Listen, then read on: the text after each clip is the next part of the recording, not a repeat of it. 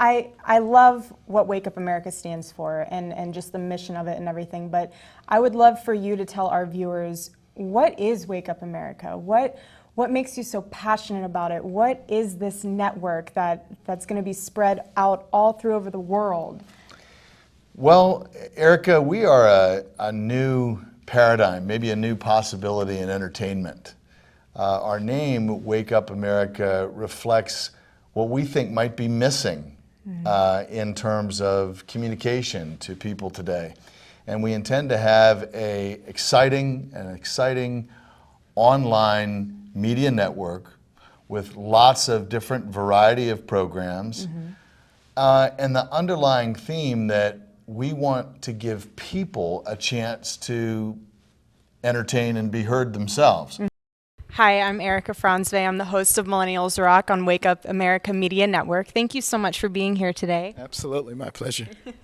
I know that it's just kind of organized chaos right now, but it's such a blessing to have you here and to be a part of this event. Thank you. Well, I'm just glad that the name of it sounds great. Wake Up America, because that's what I've been saying for a long time. We're kind of slumbering through very major changes in the infrastructure of this nation. And I'm talking about the philosophical, the political, the moral, every part of our infrastructure is changing. And most people are sleeping right through it, more interested in who's on Dancing with the Stars or who's playing in a football game, have no clue what's going on. I wanted to touch quickly on the topic of Black Start after interviewing Petrea Patrick about some things, and you were in the trailer of it all. Why do you think that movie and documentary is going to be very important for the American citizens to see? Well, Congress and the Department of Defense, scientists, major scientists who understand the EMP threat to the electric grid have been trying to educate the public about this ever since the information was declassified in 2008 without much success. A lot of people have still never heard about EMP, and they don't know that it's real. They don't understand the catastrophic consequences. A lot of them think it's a matter of science fiction. Right. You know, hopefully the movie won't reinforce that impression. Hello and welcome to Alliances TV on the Wake Up America Media Network. It is my pleasure today that I have two co-hosts with me. On my left is Kevin J. Burke. He is an entrepreneur, a mentor, an angel investor, has started a number of different companies. On my right, it is my pleasure to have who we call the Navigator, Don Hanna. He has over 5 decades and has built over 5 decades of experience and has built over 20 successful companies that have operated in 33 countries.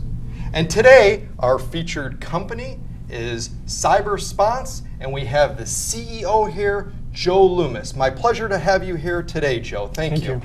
So let's jump right in. Joe, what's CyberSponse? Sounds cool name. What is it? Watch me on the red carpet interviewing Hollywood. Hi, I'm Diane Marie Collins. You have entered the DM Zone. We are here at the RIP Horror Film Festival in LA, and I am with producer Pete McAlevey. Welcome. Hi, and thank you for coming. Let's talk about Kill Her, Not Me. I love that title. Well, I tell you something, the title works because everyone hears it says, what's that about? It's just one of those things, you know. It's I would hope Psycho was in the day. What's Psycho about? It's just a title you can't miss. Oh, it's wonderful. And we are here at the RIP Horror Film Festival. I'm visiting with actress Jen Araki. Welcome. Thank you so much. You have a pretty amazing career. I'm most familiar with your tour on The Sopranos. What was that like? Yes, you know, it was an amazing experience because James Gandolfini is such a giving actor, and I just feel so blessed and lucky that I was able to work with him. We have some fascinating history with Islam, don't we, Bill? And I've just been loving visiting on this subject. So would you say a little bit about our history Sure. and how it relates to Islam and Islam's history and how it relates to the world? Well, I put together a book called What Every American Needs to Know About the Quran, A History of Islam in the United States. And we have to ask, who was the perfect Muslim? Because if there are Muslims today and they want to be better, well, Muhammad is obviously the most perfect Muslim. Held up. And so if we understand his life, we can understand those who are trying to follow him. His life is called the Sunnah, the way, the example. When I started my first company, I had a vision and a dream, which is what a lot of entrepreneurs have. But a vision and a dream are just that. They're not a strategy, and they're definitely not a plan for operations. So let's talk about how you're going to do that. Number one, think about how you want to compensate yourself, your staff, your vendors, and your partners, and more importantly, your investors, which could include you.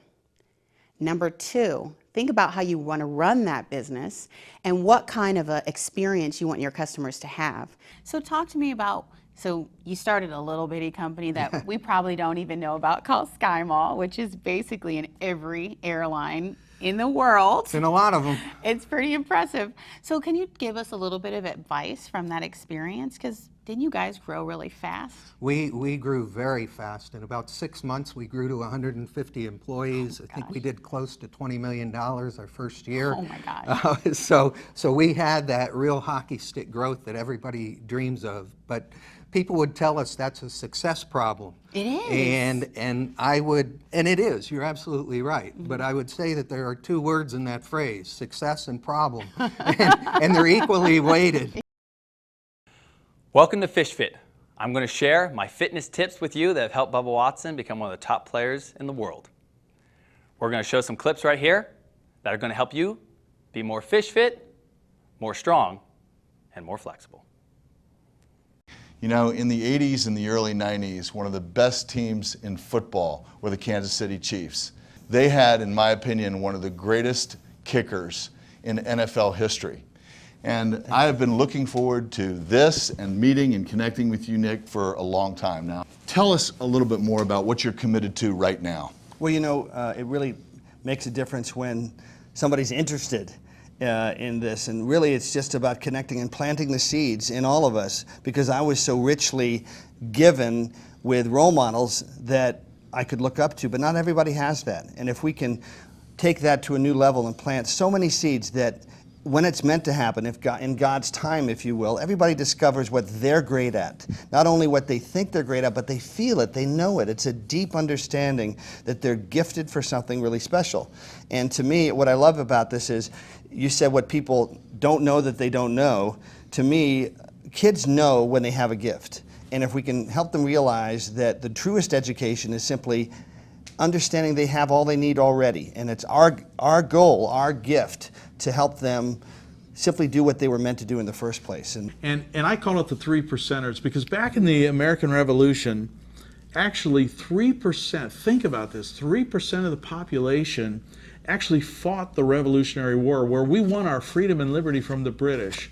So 10% of the people in the population of America at that time actually supplied ammunition, food, supplies to those 3% that were on the front lines.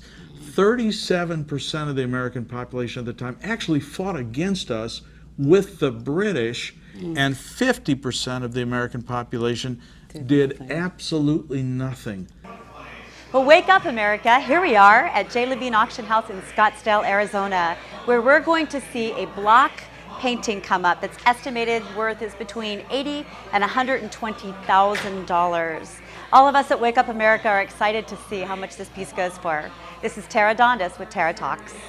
Painting on canvas, mounted on masonite by Albert Block. America, America, God share your grace on it and crown your good with brotherhood from sea to shining sea. Just briefly talk. By the way, 3 great words here. Wake up, America. This is a time. This is a powerful message, this Wake Up America. I don't think there's ever been a time in my life when the words that lay out your title here, Wake Up America, have been more important. Strongest survive, okay? That's my first lesson. That's what I'm going to be teaching at Wake Up America. Our education system is behind the times. It is obsolete. One of the great things of this job is the chance to be here and listen to someone that's actually a hero. Think of Dr. Carson. He did not have to stand up behind that microphone at the prayer breakfast and tell the truth. He could have lived a life. You, your spouse, could have been the belle at every ball, invited to all the good parties and all the cocktails. You have every accolade. If you ever have a chance to read this gentleman's resume, it is stunning. And we have values, and we have principles. One of our values traditionally has been courage. And you think about our veterans in World War II, D-Day, as they stormed the beaches of Normandy, being mowed down by machine gun fire, hundreds at a time, thousands at a time. Did they turn back? Absolutely not. They stepped over the bodies of their dead comrades.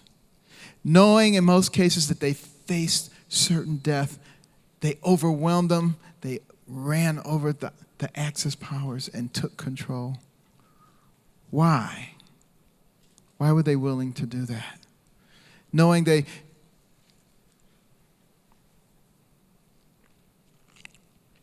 that they would never see their homeland again. Why were they willing to do that? Because they were thinking about us. They were thinking about what kind of country would we have? They sacrificed themselves so that we could be free. And the question is, what are we willing to do for those who come behind us? Are we going to keep our mouths shut? Are we going to go along to get along?